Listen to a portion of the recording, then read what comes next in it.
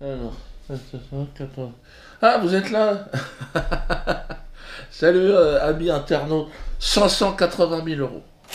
Ah, là, on y est presque, hein. Donc là, vraiment, merci. Merci, évidemment. Donc, pour ceux qui veulent un deux derniers petits gestes, et puis on est bon. Hein, votre solidarité et votre soutien est un formidable pied de nez envoyé aux forces d'occupation présentes dans notre beau pays. Hein. Des forces d'occupation qui paniquent d'ailleurs en ce moment. Ouais, ça devient tendu, hein. Ça devient chaud. Ouais. À l'image d'ailleurs de leur milice, la LDJ, la Ligue des danseuses juives, qui n'hésite plus à me menacer, moi directement, moi et Alain Soral, en pleine rue. Hein. Dieudonné penseur, Youssouf Fofana tueur. Donc je serai le mec qui a commandité sur le plan idéologique le gang des barbares. Donc là, on est à un haut niveau. Hein. Mais regardez plutôt, regardez parce que c'est quand même incroyable hein, ce qu'il raconte. Hein. Bonsoir à tous et à toutes. Merci mes frères juifs, mes sœurs juives d'être là présents ce soir. Ilan est mort parce que la vermine antisémite a agi. Cette vermine antisémite, comme le pseudo-humoriste Dieudonné, qui est un penseur, et Youssouf Fofana, qui est un tueur. Nous avons des raclures comme Alain Soral,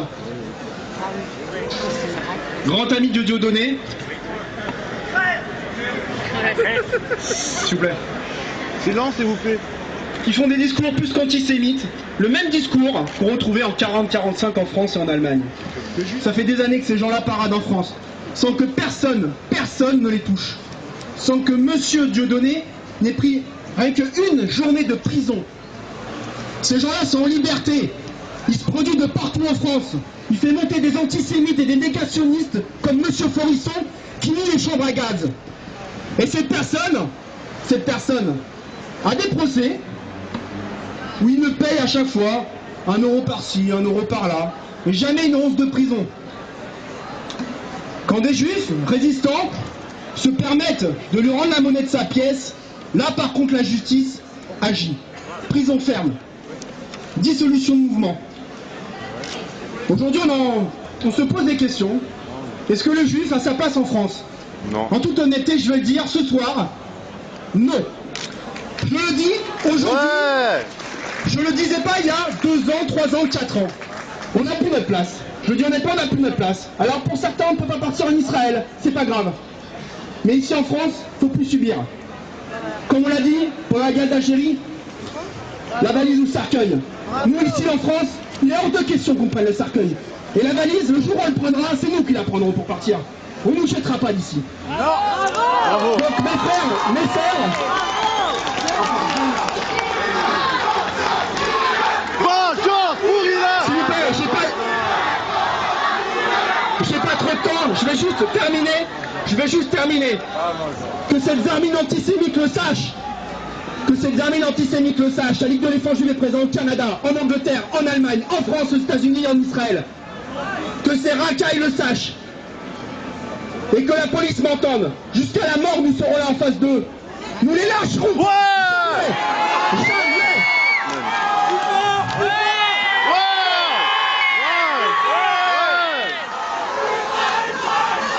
Vivra Israël.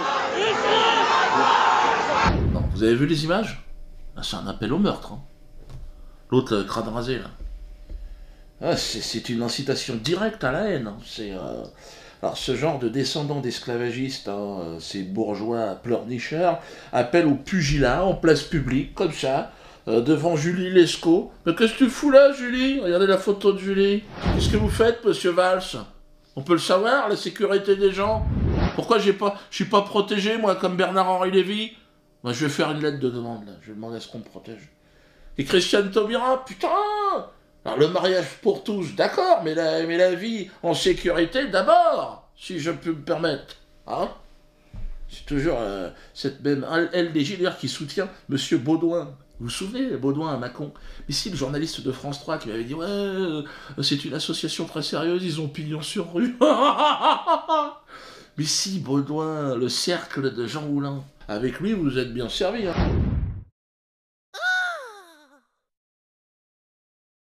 Yeah. Ouais, ouais, Il est garant de la mémoire de Jean Moulin et des déportés et de mon cul sur la commode, l'autre. Il fait ce qu'il veut, hein. Moi, j'en ai rien à foutre de ce qu'il fait, mais bon, les leçons de morale de ce genre de mec, excusez-moi, hein. Bon, alors, à Saint-Étienne, là, il y a un communiqué de presse. Je vais vous le lire. Dieudonné à Saint-Étienne, précision de la municipalité. La municipalité est très informée des limites juridiques de son intervention. Donc, ils se sont aperçus qu'ils étaient... ça allait être dur de m'interdire. Ça a été annoncé, hein. D'ailleurs, regardez dans Le Figaro. Le Figaro, Dieudonné déprogrammé, regardez. De la diffamation, on va les attaquer. Diffamation. C'est pourquoi elle a simplement marqué son désaccord avec la prise de position de l'artiste. Donc elle est en désaccord avec moi, la municipalité de Saint-Étienne. Merde. C'est pas d'accord? Je pensais qu'on était d'accord, en quoi? Alors, elle a demandé aux Zénith de déprogrammer mon spectacle, mais c'est tout. Eh ben, le Zénith, non, il le fera pas. Mais elle a demandé, bon, certainement pour plaire à certaines personnes. Par ailleurs, la ville n'a absolument pas réservé de place pour ce spectacle, elle précise. Il y a une vingtaine de places qui sont réservées normalement pour... Et là, concernant ce spectacle, elle a informé la direction du Zénith qu'elle ne comptait pas les utiliser. Ben tant mieux, on va les vendre, que ça peut foutre. Alors l'autre, le plus drôle, là c'est le pompon, c'est El Koubi, Eric El Koubi. Mais si, Eric El Koubi de Strasbourg, l'adjoint au maire de Strasbourg. Le gars, il veut interdire mon spectacle à Strasbourg. Eric, il s'est fait choper comme un mal propre. Hein. Il tient pas à la shopping, ou alors il picole de trop, le gars. Il s'est mis à cramer une poubelle. Oh, Eric. Alors, ce qui s'est passé, le tribunal explique que dans la soirée de la Saint-Valentin, il a passé avec ses amis, ils sont picolés, ils ont bu du champagne, hein, au centre-ville, et là, il dit, Eric El Koubi, il l'a dit lors du procès, je n'ai aucun souvenir. Merde, Eric, tiens-toi, t'as des souvenirs de rien du tout, puis tu veux m'interdire de... Alors, et le devoir de mémoire. Il a bu beaucoup de champagne pour noyer sa tristesse. Il est triste. C'est très sérieux. Vers 5h50, une caméra de vidéosurveillance le repère place Gutenberg. Donc là, il jette un mouchoir en feu dans une poubelle. Oh, Eric. On fout pas le feu aux poubelles, enfin, t'as 35 ans, qu'est-ce que c'est que cette connerie? Alors, des policiers sont envoyés sur place, ils retrouvent Eric à quelques mètres de là, au niveau du 32 de la rue Tonnelier, une bâche en plastique, parce qu'en plus il a foutu le feu à l'immeuble, l'autre.